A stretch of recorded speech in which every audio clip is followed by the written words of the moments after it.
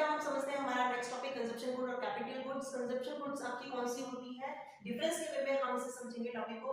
These are directly used for the satisfaction of human wants. आपको प्यास लगी है, आपने ग्लास पानी पिया, आपकी प्यास बुझ गई, आपको डायरेक्टली सैटिस्फैक्शन मिली। आपका आइसक्रीम खाने का मन है, आपने आइसक्रीम परचेज की, खानी, आपको सैटिस्फैक्शन मिली। ठीक है।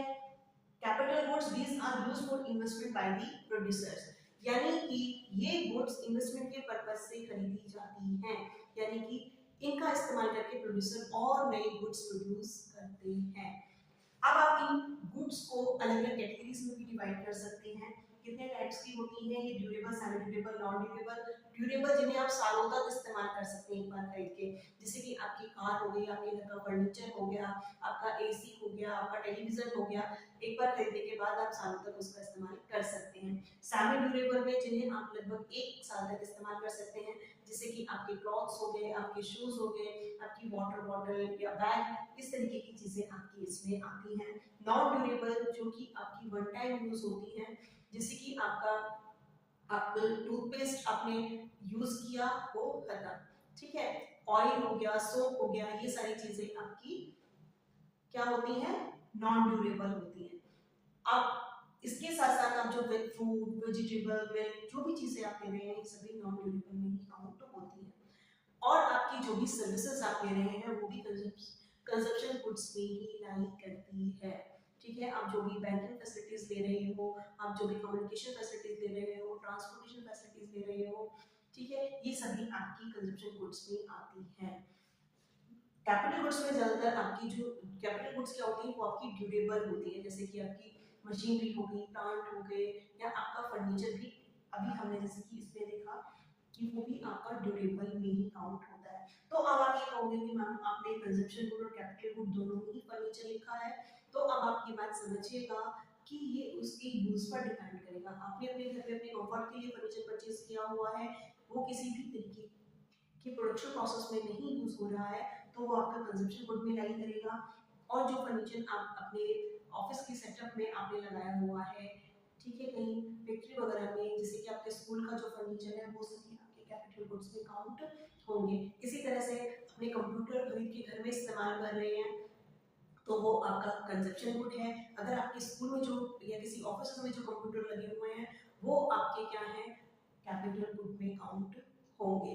ठीक है, एक स्विंग मशीन है, आपने अपनी आपकी मदर ने अपने घर में रखी हुई है, वो इस्तेमाल करती हैं वो, तो वो आपकी कंजप्शन गुड में लाई करेगी। अगर ऐसी ही स्विंग मशीन आप देखते हैं कि किसी बुटीक में या किसी टेलर के पास है, तो वो आपकी कैपिटल गुड में काउंट होगी। ठीक है, तो एक ही पर्टिकुलर गुड उसके यूज पर डिपेंड करेगा कि वो किस तरह से इस्तेमाल की जा रही है, और इस तरीके की इस पर बेसिस आपको इस बेस पर आपको क्वेश्चंस भी एग्जाम में पूछे जाते हैं। अब आप देखिएगा जो हमने इन्वेस्टमेंट टर्म यहाँ यूज की है, ये इन्वेस्टमेंट क्या है। ये कहता है कि it is a process of capital formation और a process that increase the stock of capital, यानी कि जो हमारे कैपिटल के स्टॉक में इंक्रीज करे वो हमारा इन्वेस्टमेंट कहलाता है। तो इन्वेस्टमेंट का वो एक जो ये सारा हमें पूरा इसका एक्सप्लेनेशन लिखा हुआ है, इसे मैं आपको एक एग्जांपल से समझाती हूँ, तो आपको वो ज्यादा बेटर समझ में आएगा। देखिए सपोज कीजिए तो जो ये आपके स्कूल की कैंटीन है, इसमें फ्रिज भी लगा हुआ है, इसमें ओवन है, और इसमें डिस्प्ले के लिए एक ही टेबल है, अंदर एक चेयर है। क्या यहाँ कुछ ऐसे रॉ मटेरियल भी रखा हुआ है? रॉ मटेरियल आपका या ये किसी भी चीज को, जैसे कि आपका अगर वो सैंडविच वगैरह बनाते हैं तो ब्रेड वगैरह रखा हुआ है, या कुछ वेजिटेबल्स रखी हुई है, ठीक है, इस तरह से। फिर इसमें यहाँ पे ये टेबल वगैरह है कुछ, ठीक है, टेबल के साथ यहाँ चेयर्स हैं इस तरह से। तो ये आपका कैंटीन है, ये इसका स्ट्रक्चर है। और इसमें कैंटीन में कुछ ऐसे फ्रिज में वाटर बॉटल वगैरह या कोल्ड ड्रिंक्स वगैरह की बॉटल्स भी हैं, सब कुछ है, ये सारी चीजें आपकी। तो अब ये सब क्या है, आप इसको कैटेगराइज कैसे करेंगे? देखो इसमें आपका जो भी चीजें हैं, इसमें आपका ये जो बिल्डिंग है इसका, ठीक है, या जो भी इसका स्ट्रक्चर है, इसमें आपका टेबल या आपका फ्रिज, ये सारी जो चीजें हैं, ये वाला टेबल, ये सब क्या है, इन सबको आप कहते हैं फिक्स्ड। इन सब पे जो पैसा खर्च किया गया है इसको आप कहते हैं फिक्स्ड इन्वेस्टमेंट। ठीक है, जो यहाँ इसका ये आपको देखेंगे कि ये जो इसमें रॉ मटेरियल वगैरह ये रखे हुए हैं, या ये जो सेल कर रहा है प्रोडक्ट आपका बर्गर पिज्जा वगैरह, ये कोल्ड ड्रिंक की बॉटल्स, ये सब क्या है, ये आपका कहलाता है इन्वेंट्री स्टॉक। ठीक है, ये इन्वेंट्री कहलाता है। ये फिक्स्ड, ये इन्वेंट्री। तो अब आप ये देखिएगा कि अगर आप फिक्स्ड और इन्वेंट्री इन दोनों पे जो पैसा खर्च किया गया है, तो इससे आपका टोटल स्टॉक निकल के आ जाता है, जिसको आप कहते हो ग्रॉस इन्वेस्टमेंट। ठीक है, फिक्स्ड इन्वेस्टमेंट क्या है, net value of machinery and equipment. ठीक है, इसमें आपका फर्नीचर वगैरह ये भी आ जाता है। फिर आपका दूसरा आप और क्या लेंगे, आपका कंस्ट्रक्शन ऑफ बिजनेस प्रीमिसेस और बिल्डिंग। ठीक है, ये आपका फिक्स्ड में आता है। फिर आपका इन्वेंटरी में आपका रॉ मटेरियल आ गया, स्टॉक ऑफ फिनिश्ड गुड्स आ गया, सेमी फिनिश्ड गुड्स आ गया। ठीक है, ये कट नहीं किया है बच्चों, ठीक है, ये अंडरलाइन किया। फिनिश्ड गुड्स इसमें आ गया, यानी कि कुछ कंप्लीटली कोई चीजें नहीं बन पाई हैं, ठीक है, तो वो भी इसमें आएंगी। जो तैयार गुड्स हैं, अनसोल्ड बची हुई हैं, वो भी आपकी इन्वेंटरी स्टॉक में ही आती हैं। तो यहाँ आप इस तरह से आपका ये दोनों तरीके की स्टॉक हो गए। अब आता है ग्रॉस स्टॉक। ग्रॉस स्टॉक अगर आपने निकालना है, तो जो आपने फिक्स्ड पे जो पैसा खर्च किया गया है वो, और प्लस जो इन्वेंटरी पे खर्च किया गया है, यानी कि इसने इसका जो इसका बिल्डिंग का स्ट्रक्चर है, टेबल, ये सब फ्रीज और वगैरह, इसमें जो पैसा किया है खर्च, मान लीजिए उसने 5 लाख रुपीस खर्च करे हैं। ठीक है, और जो इसके अंदर जो भी इसने सामान रखा हुआ है, ये आपका इसका 1 लाख रुपए का है। तो दोनों को आप ऐड करके आपको जो टोटल इन्वेस्टमेंट है, ग्रॉस इन्वेस्टमेंट है, 6 लाख रुपीस मिल जाएगा।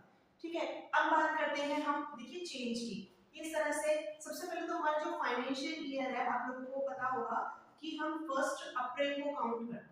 तो मान लीजिए 1 अप्रैल 2020 को अपने इसने क्या किया कि ये 6 लाख रुपए खर्च किए इसने। ठीक है, और हमने एक कैंटीन स्टार्ट किया। फिर 31 मार्च तक हमारा चलता है यही है, तो 2022 यहां देखते हैं साल के लास्ट में इसके पास क्या था। अब देखिए इसने क्या किया कि इसका अच्छे से बिजनेस चलने लगा, इसने और एक और टेबल खरीद लिया।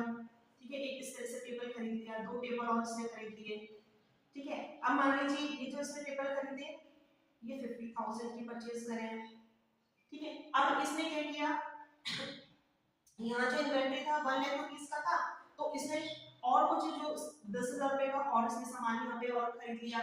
तो अब ये देखिएगा कि अब इसमें से कुछ सोल्ड आउट भी हो गया होगा, है ना, और कुछ परचेज भी कर लिया होगा।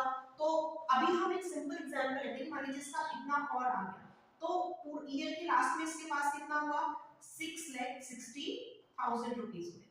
ठीक है, तो अब आप देखेंगे कि स्टार्टिंग में कितना था और कितना है। इसको पता लगाने के लिए आप क्या करेंगे, जो लास्ट वाला है उसमें से आपने माइनस कर दिए, तो आप कहोगे कि 60 लाख का जो स्टॉक उसमें आपको इंक्रीज देखने के लिए मिलता है। ठीक है, तो ये आपने कैसे निकाला, ये हमारा जो साल के लास्ट में इसके पास था, इसको हम कहते हैं क्लोजिंग स्टॉक। ठीक है, तो चेंज कितने का हुआ, यानी कि change in stock is equal to closing stock minus opening stock. तो हमने ये डिफरेंस जो हमने निकाला है, इसको एक फॉर्मूले के वे में यहाँ पे लिख दिया है। ठीक है, कुछ बच्चे क्या करते हैं, कुछ बच्चे ओपनिंग माइनस क्लोजिंग इस तरह से लिख देते हैं। तो बेटा आप जब भी कोई डिफरेंस निकालेंगे तो लास्ट में आपके पास जितनी भी वैल्यू है, अब अगर इसमें से मान लो, देखो एक बात और समझिएगा कि इसके पास टोटली जितना था इन्वेंटरी का, मान लो इसने वो सोल्ड आउट कर दिया, या आपने जो बिजनेस लॉस में जा रहा है, जो टेबल्स है वो उसने सेल करके कुछ कम कर लिए। ठीक है, तो ये नेगेटिव में भी जा सकता है। ओके, तो ये आप समझिएगा।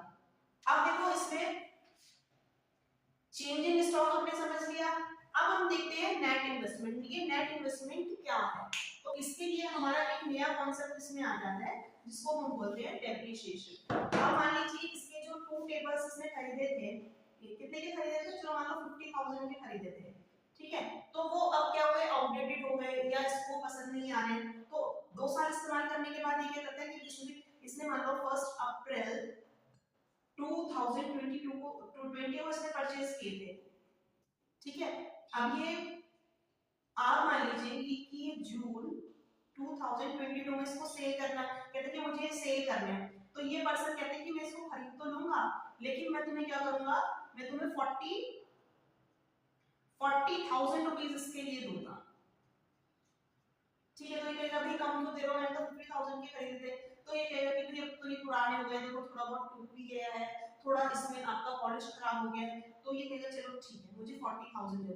तो ये जो वैल्यू डाउन हुई है 10,000 की, इसको हम बोलते हैं डेप्रिसिएशन। ठीक है, इसको हम डेप्रिसिएशन, मूल्यह्रास हिंदी में बोलते हैं, या कंजप्शन ऑफ कैपिटल गुड्स भी बोला जाता है। ठीक है, तो डेप्रिसिएशन वाला कॉन्सेप्ट अभी हम थोड़ा सा डिटेल में पढ़ लेते हैं। हाँ जी, देखिए बेटा, ये डेप्रिसिएशन क्या होता है, following the value of fixed goods या फिक्स्ड एसेट्स। जैसे कि अभी हमने देखा कि हमारे जो टेबल थे वो हमारे कितने थे, 50,000 रुपए के टेबल थे। ठीक है, जब उसको वो सेल करने के लिए चल जाता है तो वो उसको 40,000 रुपीज मिलते हैं। ठीक है, तो ये जो उसके 10,000 रुपीज उसे कम मिल रहे हैं, जिसको हम डेप्रिसिएशन बोल रहे हैं, क्यों मिल रहे हैं? अब इसका reason normal wear and tear भी हो सकता है। ठीक है, इसका रीजन आपका एक्सपेक्टेड ऑब्सोलेसेंस भी हो सकता है, यानी कि जो ये टेबल थे इसमें इसने इसको 1.5-2 साल तक इस्तेमाल किया, तो उसमें हो सकता है कि भाई इसका कोई इसमें कोई इसका पेच निकल गया हो, यहाँ से लूज हो गया हो, या फिर इसकी पॉलिश खराब हो गई हो, उसकी वजह से भी हो सकता है। और आपका ऑब्सोलेसेंस यानी कि ये ऐसे भी हो सकते हैं कि इस तरीके के टेबल अब आपके आउटडेटेड हो चुके हैं, यानी कि ये अब आपके इस्तेमाल नहीं किए जा रहे हैं। ठीक है, तो आप अपना जो कैंटीन है उसका वो लुक चेंज करना चाहता है, उसके लिए नए डिजाइन की टेबल लाना चाहता है, और ये आपका डिजाइन क्या है, पुराना हो चुका है। ठीक है, बिल्कुल वैसे ही जैसे कि आप देखेंगे पहले आपके की पैड वाले सेल फोन चलते थे। ठीक है, अब आपके जैसे कि टच स्क्रीन वाले आए तो लोगों को टच स्क्रीन वाले ज्यादा पसंद आए, तो उन्होंने कीपैड वाले लेना बंद कर दिया, यानी कि वो आपके अब यूज से बाहर हो चुके हैं। ठीक है, तो कोई भी कंपनी उन्हें नहीं बनाना चाहेगी। ओके, अब आप देखते हैं कि हम डेप्रिसिएशन की वैल्यू कैसे कैलकुलेट कर सकते हैं। इसमें आपका फॉर्मूला हम इस तरह से लेते हैं, value of fixed assets upon में एक्सपेक्टेड लाइफ।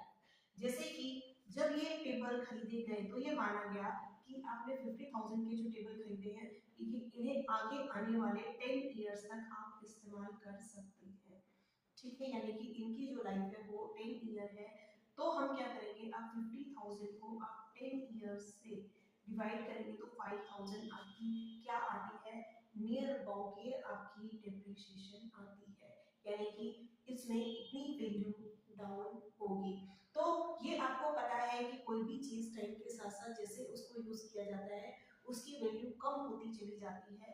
तो आप जो डेप्रिसिएशन है इसके लिए प्रोविजन भी कर सकते हैं। ठीक है, यानी कि अगर आप अब ये जो कैंटीन के लिए टेबल खरीदे गए, तो कैंटीन वाले को पता है कि इन्हें रिप्लेस करने की जरूरत पड़ सकती है, तो वो क्या करेगा, इनकी जो डेप्रिसिएशन की वैल्यू आई है ईयरली वो क्या करेगा कि उतना अमाउंट साइड में रखता रहेगा, कि जब वो इन्हें रिप्लेस करे तो उस अमाउंट का इस्तेमाल कर सके। इसको हम प्रोविजन फॉर डेप्रिसिएशन कहते हैं। अब आप देखिए बिल्कुल डेप्रिसिएशन के सिमिलर जो एक वर्ड है, एक टर्म आप यूज करते हैं, कैपिटल लॉस। कैपिटल लॉस क्या है? कैपिटल लॉस आपका देखिए, हमने यहाँ देखा कि एक्सपेक्टेड ऑब्सोलेसेंस होते हैं, ये आपके कैपिटल लॉस में आपके अनएक्सपेक्टेड ऑब्सोलेसेंस होते हैं, यानी कि एक्सीडेंटली किसी भी फिक्स्ड एसेट्स की वैल्यू में डाउन होना या उसका पूरी तरह से नष्ट हो जाना। ठीक है, जैसे कि मान लीजिए ये हमने अभी जो कैंटीन का एग्जांपल देखा कि भाई आपका कोई भी फ्लड या कोई भी किसी भी तरीके का कोई स्टॉर्म आया, उसमें इसका जो टेबल थे वो टूट गए, या इसका जो ये स्ट्रक्चर था इसको नुकसान हुआ, तो ये आपका इसके लिए कोई डेप्रिसिएशन नहीं है, ना कोई प्रोविजन है इसके लिए। ठीक है, ये आपका कैपिटल लॉस में काउंट होगा। ठीक है, तो कैपिटल लॉस आपके एक्सीडेंटली होते हैं। और एक और बात, इनके लिए आप किसी भी तरीके का कोई प्रोविजन नहीं करते हैं। ठीक है, क्योंकि आपको पता ही नहीं होता कि ये हो सकते हैं। ठीक है, हाँ, लेकिन इस तरीके की जैसे कि किसी भी चीज में आपका ये आग से जल जाना, या किसी भी तरह से कोई भी सामान आपका समुद्र में पानी में डूब जाना, ये एक अलग कॉन्सेप्ट हो जाता है। और इसके लिए आप क्या करते हैं, इसमें फिर आपका जो कैपिटल लॉस होता है उसके लिए फिर आपको इंश्योरेंस में रिस्क कवर की आपको अपॉर्चुनिटी दी जाती है।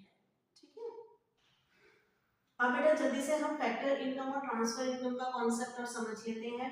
फैक्टर्स के बारे में आप जानते हैं, 4 फैक्टर्स होते हैं, लैंड, लेबर, कैपिटल, एंटरप्रेन्योर। तो आपकी factor income earn by production factors for rendering services, यानी कि उनके द्वारा जो आपकी सर्विसेज दी जाती हैं उसके रिटर्न में आपको ये इनकम मिलती है। Transfer income, this income receive without any renting services in return, इसके लिए आपको अपनी सेवाएं देने की जरूरत नहीं पड़ती है, ये इनकम आपको ऐसी ही मिलती है बिना किसी सेवा के। ठीक है, दूसरा है इसका, it is included in national income, यानी कि जो आपकी फैक्टर इनकम होती है जो नॉर्मल रेजिडेंट ने अर्न की है वो हमेशा नेशनल इनकम में शामिल की जाती है। ठीक है, जबकि ट्रांसफर इनकम को शामिल नहीं किया जाता। ट्रांसफर इनकम आपकी वन साइड पेमेंट्स होती है without getting anything in return. ठीक है, यानी कि बदले में आपसे कुछ नहीं लिया जाता है और आपको ये इनकम होती है।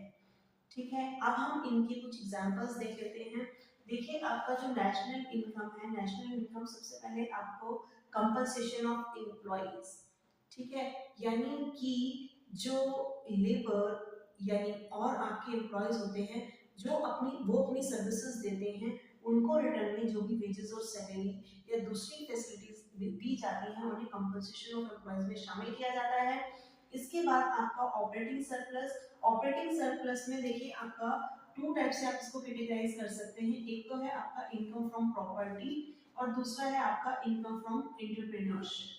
ठीक है, इनकम फ्रॉम प्रॉपर्टी में आपका देखिए रॉयल्टी, रेंट, इंटरेस्ट ये आता है और एंटरप्रेन्योरशिप में क्या मिलता है, प्रॉफिट मिलता है। और वो जो प्रॉफिट होता है वो किस फॉर्म में होता है, एक आपका डिविडेंड यानी कि प्रॉफिट का एक हिस्सा जिसको आप डिस्ट्रीब्यूटेड प्रॉफिट भी कहते हैं, यानी कि ये जो भी शेयर होल्डर्स होते हैं उनमें डिस्ट्रीब्यूट कर दिया जाता है।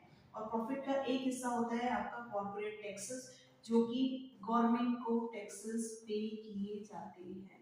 ठीक है, फिर नेक्स्ट आपका होता है एक हिस्सा इसका होता है कॉर्पोरेट सेविंग, यानी कि ये बचा हुआ वो अमाउंट होता है जो कि ऑनर्स के पास रहता है, यानी कि जो कंपनी के मालिक होते हैं ये वाला पार्ट वो अपने पास रखते हैं।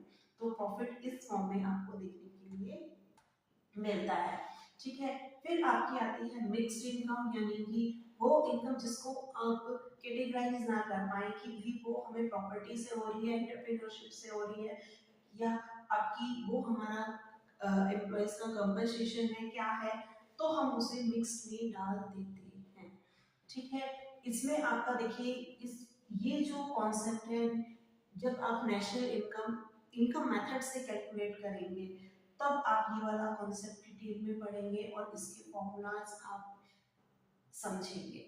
ठीक है, तब आपको ये टॉपिक समझाया जाएगा डिटेल में। अब यहाँ आप देखिएगा ट्रांसफर इनकम, इसमें आपका ओल्ड एज पेंशन आती हैं, आपकी जो टैक्सेस होते हैं, इसमें आपकी स्कॉलरशिप आती है, इसमें आपके गिफ्ट्स और ग्रांट्स आते हैं। ठीक है, तो ये आपकी one side payments transfer income में काउंट की जाती हैं जो कि आपकी नेशनल इनकम में कभी भी ऐड ऑन नहीं होती है। ठीक है, अब हम इसके बाद जो टॉपिक करेंगे वो है हमारा स्टॉक एंड फ्लो। अब हम स्टार्ट करते हैं हमारा most important topic stock and flow variable. Most important में से इसलिए बोल रही हूँ क्योंकि 101% इस टॉपिक से क्वेश्चन पूछा जाता है। तो स्टार्ट करते हैं हमारा topic. Stock is measured at a particular point of time and flow is measured over a period of time। तो सबसे पहले समझ लेते हैं पॉइंट ऑफ टाइम और पीरियड ऑफ टाइम है क्या। तो इसको हम एक एग्जांपल से समझते हैं कि भाई ये हमारा कोई पर्टिकुलर पर्सन है राम।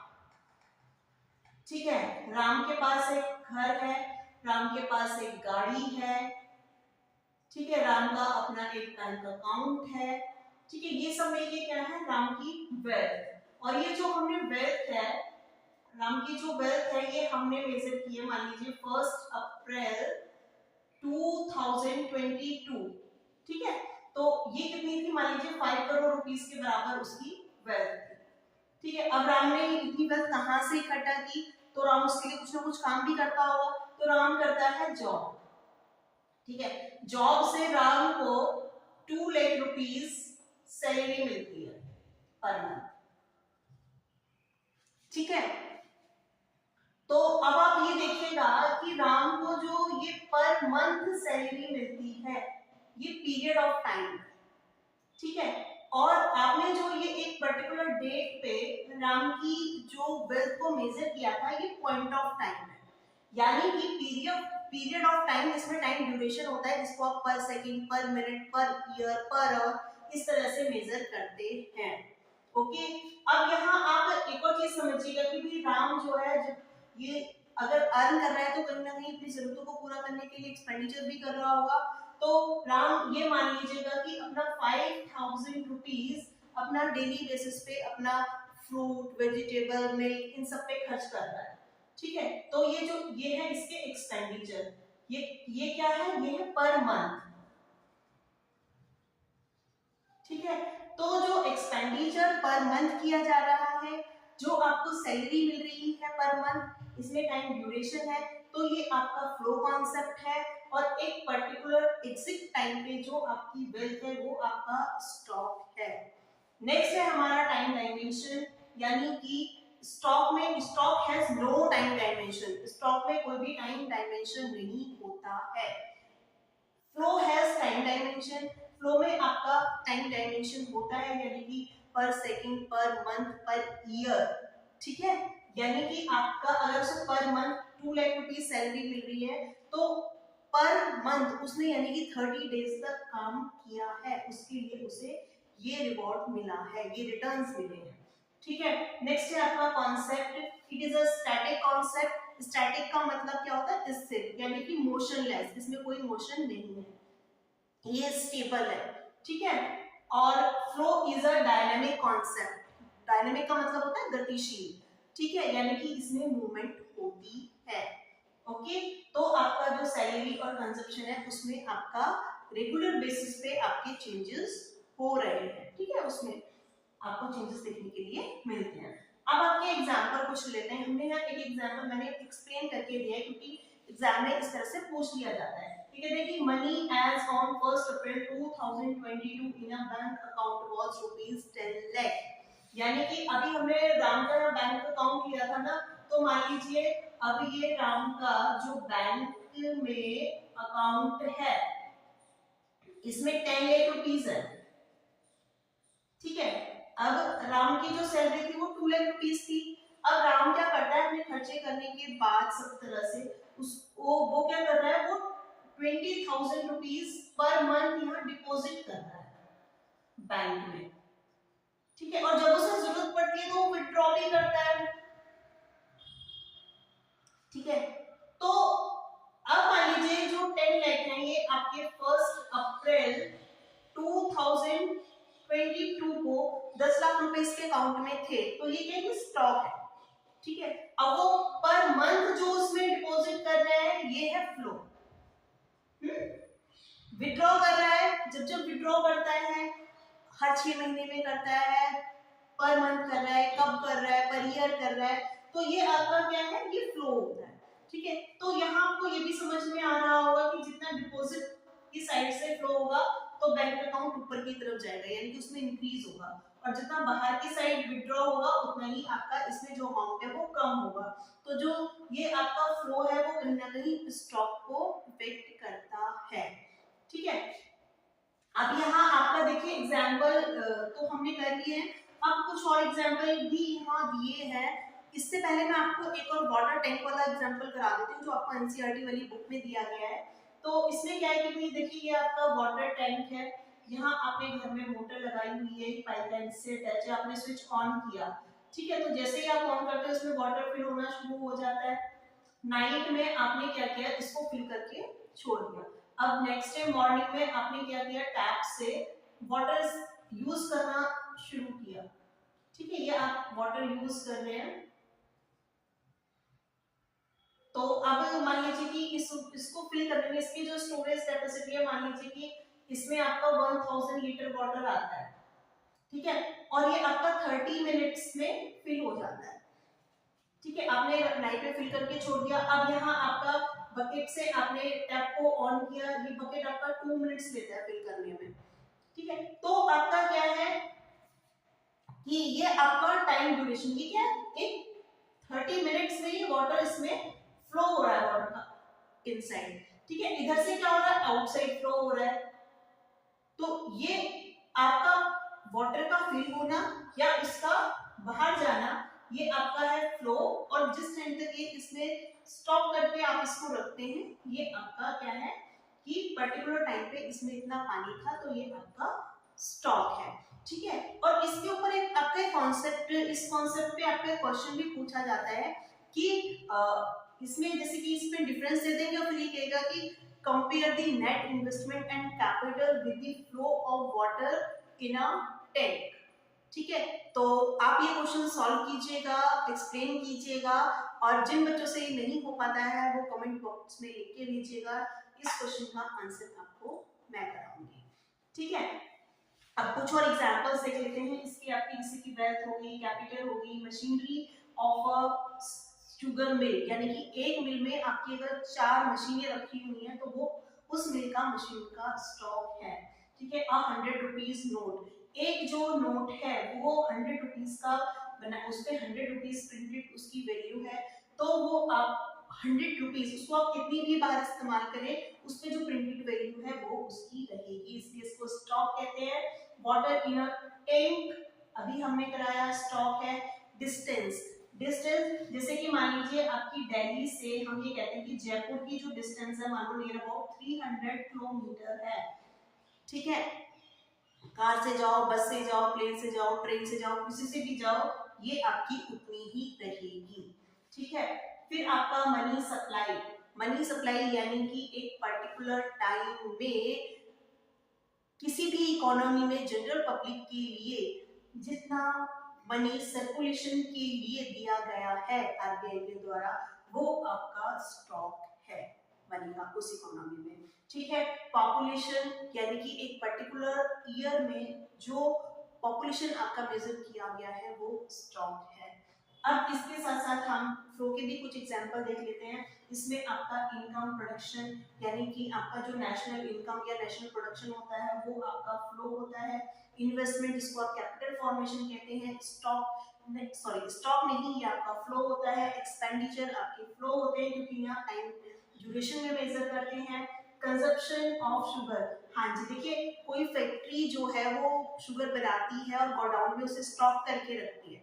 ठीक है, तो वो क्या है उस टाइम पे स्टॉक है एक पर्टिकुलर टाइम में। ठीक है, अब अगर आपके घर में जो शुगर है उसको आप रेगुलर बेसिस पे पर डे पर मंथ आप खरीदते हैं, इस्तेमाल करते हैं, वो आपका क्या है फ्लो है। ठीक है, वाटर इन अ स्ट्रीम, हाँ जी आपका जो बहता हुआ झरना होता है उसमें जो पानी होता है वो क्या होता है फ्लो होता है।